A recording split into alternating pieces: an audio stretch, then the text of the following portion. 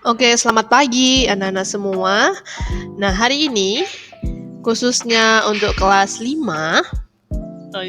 kita akan belajar tentang dampak teknologi komputer terhadap masyarakat. Loh, kok kita belajarnya dampak teknologi komputer terhadap masyarakat sih, Bu? Nah, ini adalah salah satu hal yang penting untuk kalian pelajari. Tidak hanya praktek TIK di lab komputer, tetapi kita harus tahu dampaknya.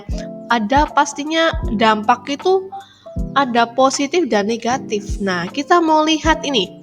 Kadang kita itu kan secara tidak sadar bahwa ternyata semakin berkembangnya zaman, kita itu selalu menggunakan yang namanya teknologi. Walaupun kita tidak setiap hari menggunakan komputer, tetapi salah satunya yang sering kita gunakan itu adalah smartphone. Nah, siapa nih di sini yang gak bisa lepas yang namanya smartphone? Misalnya pulang sekolah, langsung ambil HP-nya, langsung main, asyik sampai berjam-jam, jadi lupa waktu dan ujung-ujungnya apa? Dimarahin oleh mama papa kalian.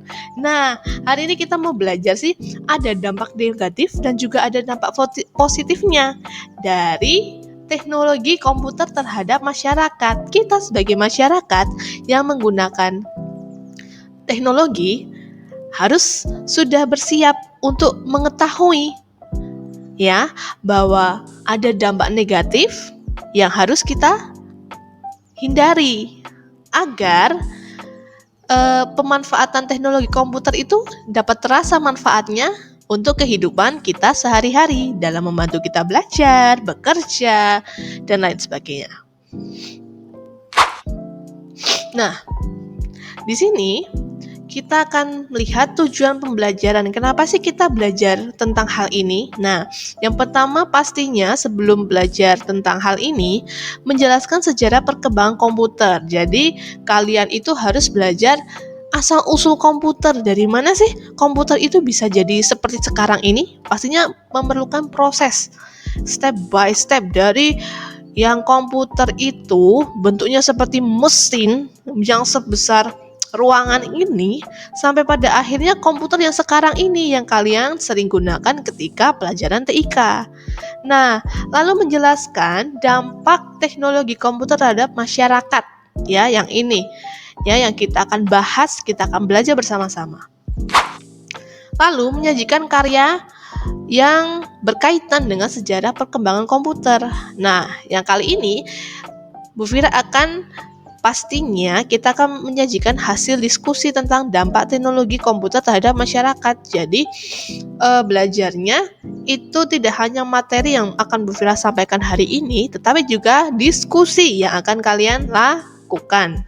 Ya, temanya apa sih Bu? Kita harus apa? Nah, kalian harus simak pembahasan Bu Fira hari ini sampai selesai. Nah, nanti Bu Fira akan kasih tahu diskusinya seperti apa sih? Apa yang harus kalian lakukan?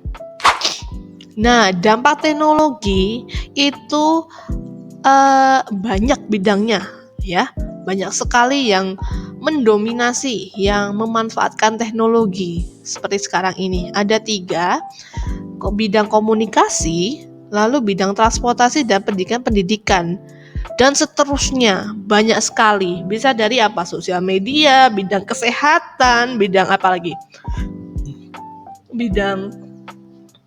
Pokoknya banyak sekali yang akan memanfaatkan teknologi.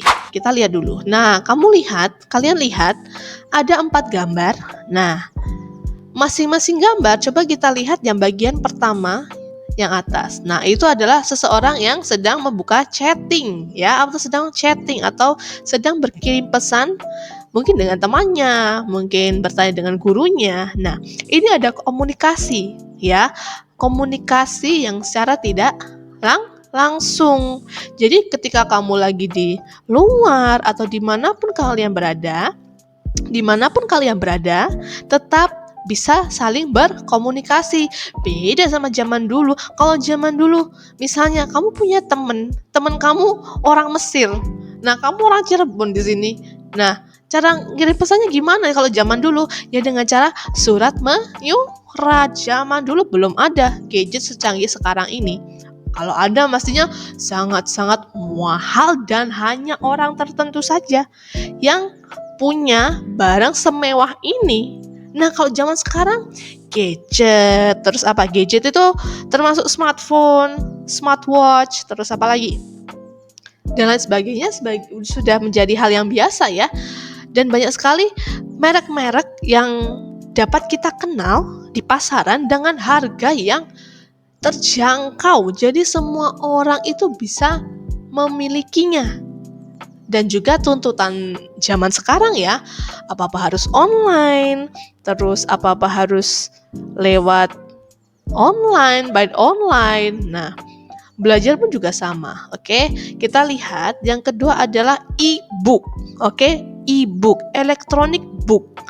Ya, jadi kalau kalian lihat, kalian tuh tidak usah membawa atau membaca buku seperti ini yang Bu Fira pegang ini.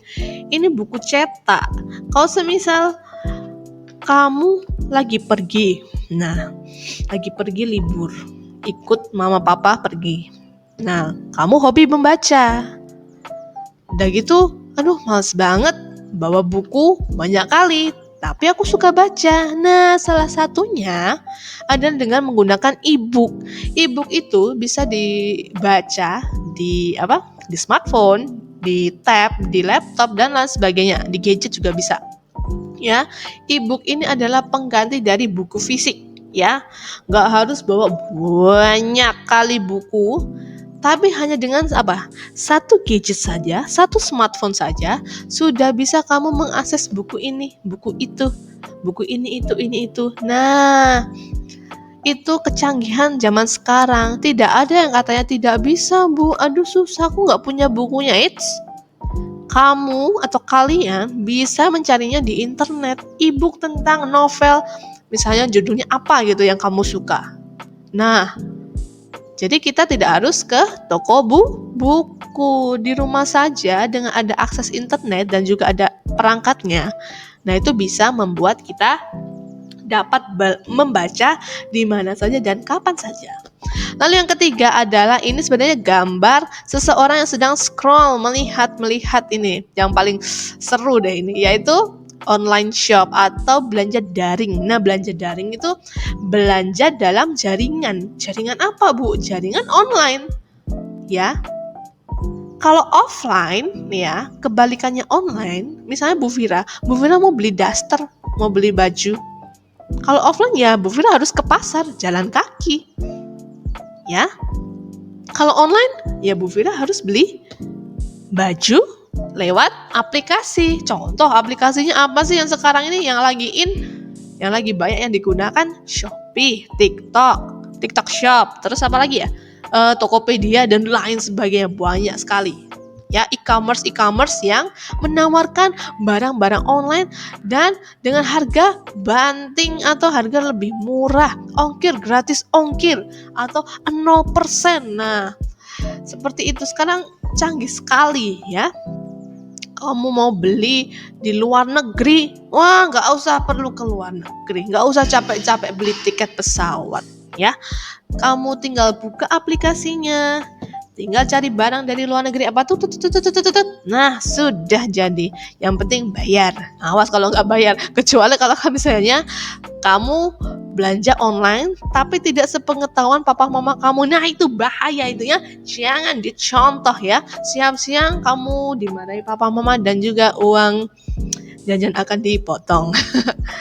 Ya, jadi kalau misalnya kalian sendiri ya, semisal pengen punya keinginan untuk beli belanja online, misalnya alat tulis, karena kan alat tulis lucu-lucu ya, bagus-bagus, keren-keren lagi. Nah, kamu harus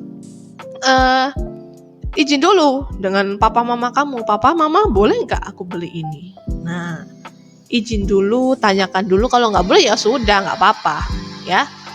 Yang terakhir adalah, nah ini ada gambar anak, sepertinya senang lihat sesuatu yang lucu ya, dan ternyata gerakannya ditiru. Nah, ini adalah gambar interaktif robot ya. Jadi robot tersebut melihat anaknya di depannya ketika gerakannya seperti ini. Hore. Nah, robot itu pun juga ikut seperti yang ada di depannya. Nah, robot-robot seperti ini biasanya di dalam dunia pendidikan sebagai sarana atau pembelajaran ya, tidak hanya guru sebagai sumber belajar, tapi robot pun juga bisa. Nah, kita nanti lihat ya.